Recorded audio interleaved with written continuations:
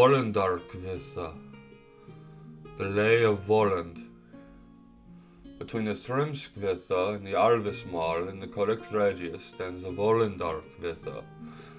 It is also included in the Romagnan Codex, but unluckily it begins at the end of the fragment that has been preserved, and thus only a few lines of the opening prose remain. This is doubly regrettable because the text in the Regius is unquestionably in very bad shape, and the other manuscript would doubtless have been of great assistance in the reconstruction of the poem. There has been a vast amount written regarding the Wayland tradition as a whole, discussing particularly the relations between the Völundarkviða and the Wayland passage in Níðuðr's lament. There can be little question that the story came to the north from the Saxon regions, along with many of the other early hero tales. In stanza 16, the Rhine is specifically mentioned as the home of treasure, and the presence of the story in Anglo-Saxon poetry, probably as early as the first part of the 8th century, proves beyond a doubt that the legend cannot have been a native product of Scandinavia.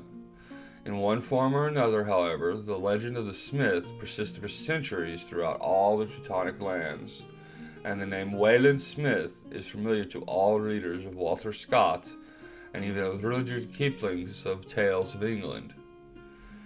In what form the story reached the north is uncertain. Sundry striking parallels between the diction of the Völundarkviða and that of the Wayland passage of Níðuðr's lament make distinctly probable that a Saxon song on this subject has been found its way into Scandinavia or Iceland. But the prose introduction to the poem mentions the old sagas in which Völund was celebrated, and in the Níðhad saga we have definite evidence of the existence of such prose narrative in the form of Wayland saga. Wayland, Völund, Wayland, and Wayland, all being of course identical, which gives a long story for which the Völundskviða can have been supplied relatively little, if any, of the material. It is probable, then, that the Wayland stories were current in both prose and verse in Scandinavia as early as the later part of the 9th century. Once let a figure become popular in oral tradition, and the number and variety of the incidents connected with his name will increase very rapidly.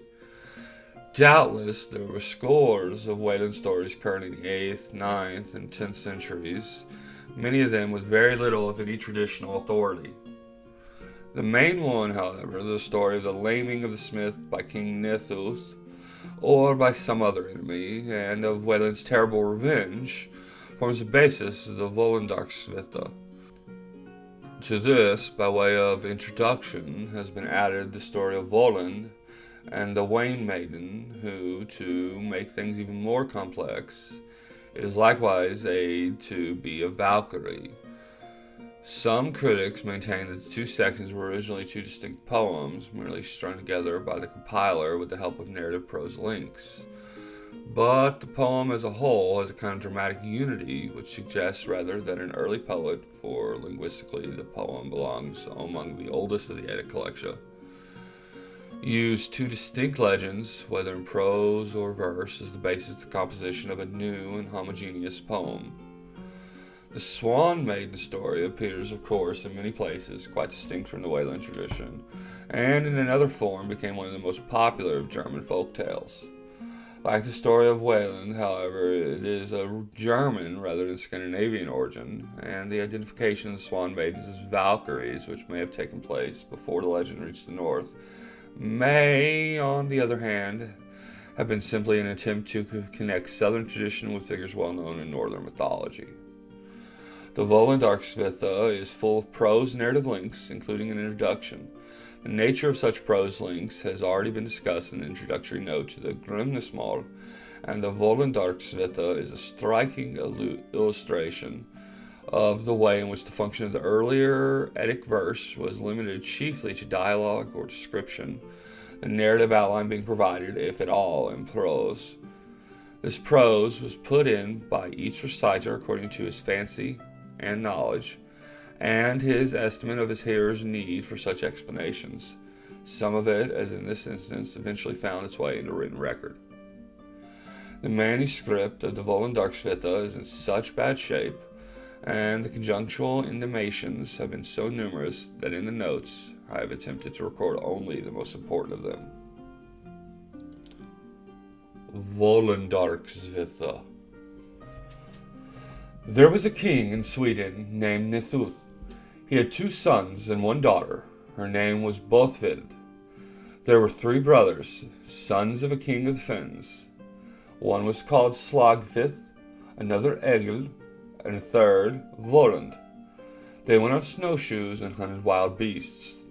They came into Útdalír, and there they built themselves a house. There was a lake there, which is called Ufsjar. Early one morning, they found on the shore of the lake 3 women who were spinning flax. Near them were their swan garments, for they were Valkyries. 2 of them were daughters of King Lothver, Hlaguth the Swan White, and Hervőr the All-Wise. And the third was Orun, daughter of Kjar from Wayland. These did they bring home to their hall with them. Egil took Orun, Slagfith Swan White, and Völund All-Wise. There they dwelt 7 winters, but then they flew away to find battles and came back no more. Then Egil set forth on his snowshoes to follow Orun, and Slagfith followed Swan White. But Völund stayed in Útdalír. He was a most skillful man, as men know from old tales.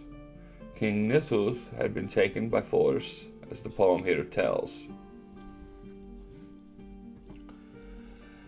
Maids from the south through Mirkwood flew, fair and young, their fate to follow. On the shore of the sea to rest them they sat, the maids of the south in flax they spun. Hlaguth and Hervőr, Hrothur's children, and Orun the wise, Kjar's daughter was. One in her arms took Egil then, to her bosom white the woman fair.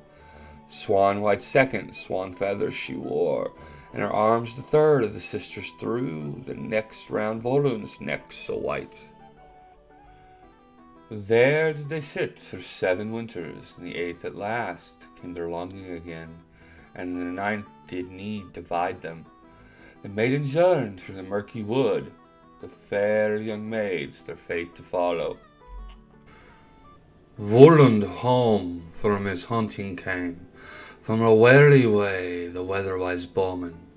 Slagfith and Egil the hall found empty, out and in went they everywhere seeking. East fared Egil after Orun, and Slagfith south to seek for Swan White. Völund alone in Útdalír lay. Red gold he fashioned with fairest gems, and rings he strung on ropes of bast. So for his wife he waited long, if the fair one home might come to him. This Níðuðr learned the lord of the Njars, that Völund alone in Útdalír lay. By night with his men their mail coats were studded, their shields in the waning moonlight shone. From their saddles the gable wall they sought, and in they went at the end of the hall. Rings they saw there on ropes of bast, 700 the hero had. Off they took them, but all they left, save one alone, which they bore away. Völund home from his hunting came, from a weary way the weather-wise bowman. A brown bear's flesh would he roast with fire, soon the wood so dry was burning well, the wind-dried wood that Völund's was. On the bear's skin he rested, and counted the rings, the master of elves, but one he missed, that Hrothver's daughter had it he thought, and the all-wise maid had come once more. So long he sat that he fell asleep, his waking empty of gladness was. Heavy chains he saw in his hands, and fetters bound his feet together. Völund spake, What men are they, who thus have laid ropes of bast to bind me now? Then Níðhad called the Lord of Níðuðr. How gottest thou, Wayland, greatest of elves, these treasures of ours in Völundr? Wayland spake, The gold was not on Grani's way. Far methinks is our realm from the hills of the Rhine. I mind me that treasures more we had, when happy together at home we were. Without stood the wife of Níðhad wise, and in she came from the end of the hall. On the floor she stood and softly spoke. Not kind does he look, who comes from the wood. King Níðhad gave to his daughter, Völundr, the gold ring that he had taken from the bachelor robe in Völund's house, and he himself wore the sword that Völund had had. The queen spake, The glow of his eyes is like gleaming snakes, his teethy gnashes if now is shown. The sword or Völund's ring he sees, let them straightway cut his sinews of strength, and set him then in Severstath. So was it done. The sinews in his knee joints were cut, and he was set in an island which was near the mainland, and was called Severstath. There he smithied for the king all kinds of precious things. No man dared to go to him, save only the king himself. Völund spake, At Níðhad's girdle gleams the sword that I sharpened keen with cunningest craft, and hardened the steel with highest skill. The brightest blade far forever is born, nor black shall I see it borne to my smithy. Now Völund gets the golden ring, that was once my bride's, ne'er well it ever shall be. He sat nor slept, and smote with his hammer. Fast for Níðhad's wonders he fashioned. 2 boys did go in his door to gaze, Níðhad's sons, into Severstath. They came to the chest, and they craved the keys. The evil was open, when in they looked. To the boys it seemed that gleams and gems they saw, gold in plenty and precious stones. Völund spake, Come ye alone, the night day come. Gold to you both shall then be given. Tell not the maids or the men of the hall. To no one say that me you have sought. Early did brother to brother call. Swift let us go, the rings to see. They came to the chest, and they craved the keys. The evil was open when in they looked.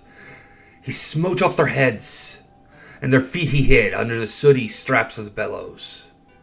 Their skulls once hid by the hair he took, set them in silver, and sent them to Níðhad, gems full fair, that their eyes he fashioned. To Níðhad's wife so wise he gave them. And from the teeth of the twain he wrought a brooch for the breast to Völund he sent. Völund then of a ring did boast. The ring I have broken, I dare not say it, save to thee. Völund spake, I shall weld the break. In the gold so well, the fairer than ever, thy father shall find it. And better much thy mother shall think it, and thou no worse than ever it was. Beer he brought, he was better in cunning, until in her seat, full soon she slept. Völund spake, Now vengeance I have for all my hurts, save one alone on the evil woman. Quoth Völund, Would that well were the sinews maimed in my feet by Níðhad's men. Laughing, Völund rose aloft, weeping Völund went from the isle, from her lover's flight and her father's wrath. Without stood the wife of Níðhad wise, and in she came from the end of the hall. But he by the wall in weariest sat. Wakest thou, Níðhad, lord of the Níðuðrs? Níðhad spake, Always I wake, and ever joyless, little I sleep, since my sons were slain. Cold is my head, cold was thy counsel. One thing with Wayland I speak, I wish. Answer me, Völund, greatest of elves. What happened with my boys that hale once were? Wayland spake. First shalt thou all the oaths now swear, by the rail of the ship and the rim of the shield, by the shoulder of the steed and the edge of the sword, that to Wayland's wife thou wilt work no ill, nor yet my bride to her death wilt bring. Though a wife I should have that well thou knowest, and a child I should have within thy hall. Seek the smithy that thou didst set. Thou shalt find the Bellows sprinkled with blood.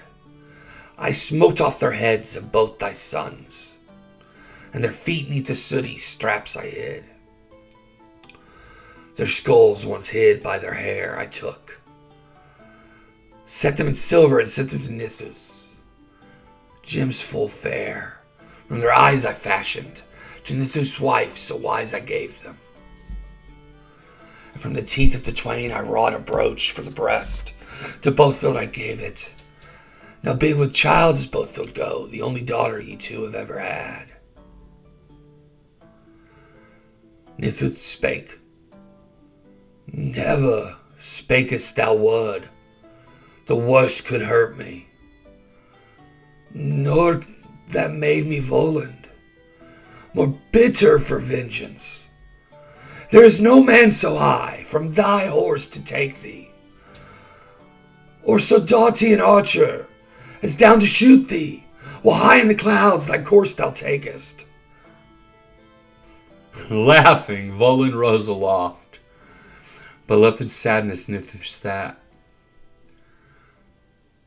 Then spake Níðuðr, lord of the Níðhad.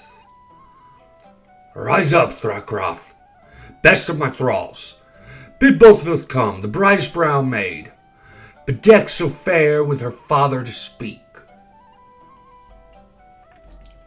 Is it true, Bothfield, that which was told me?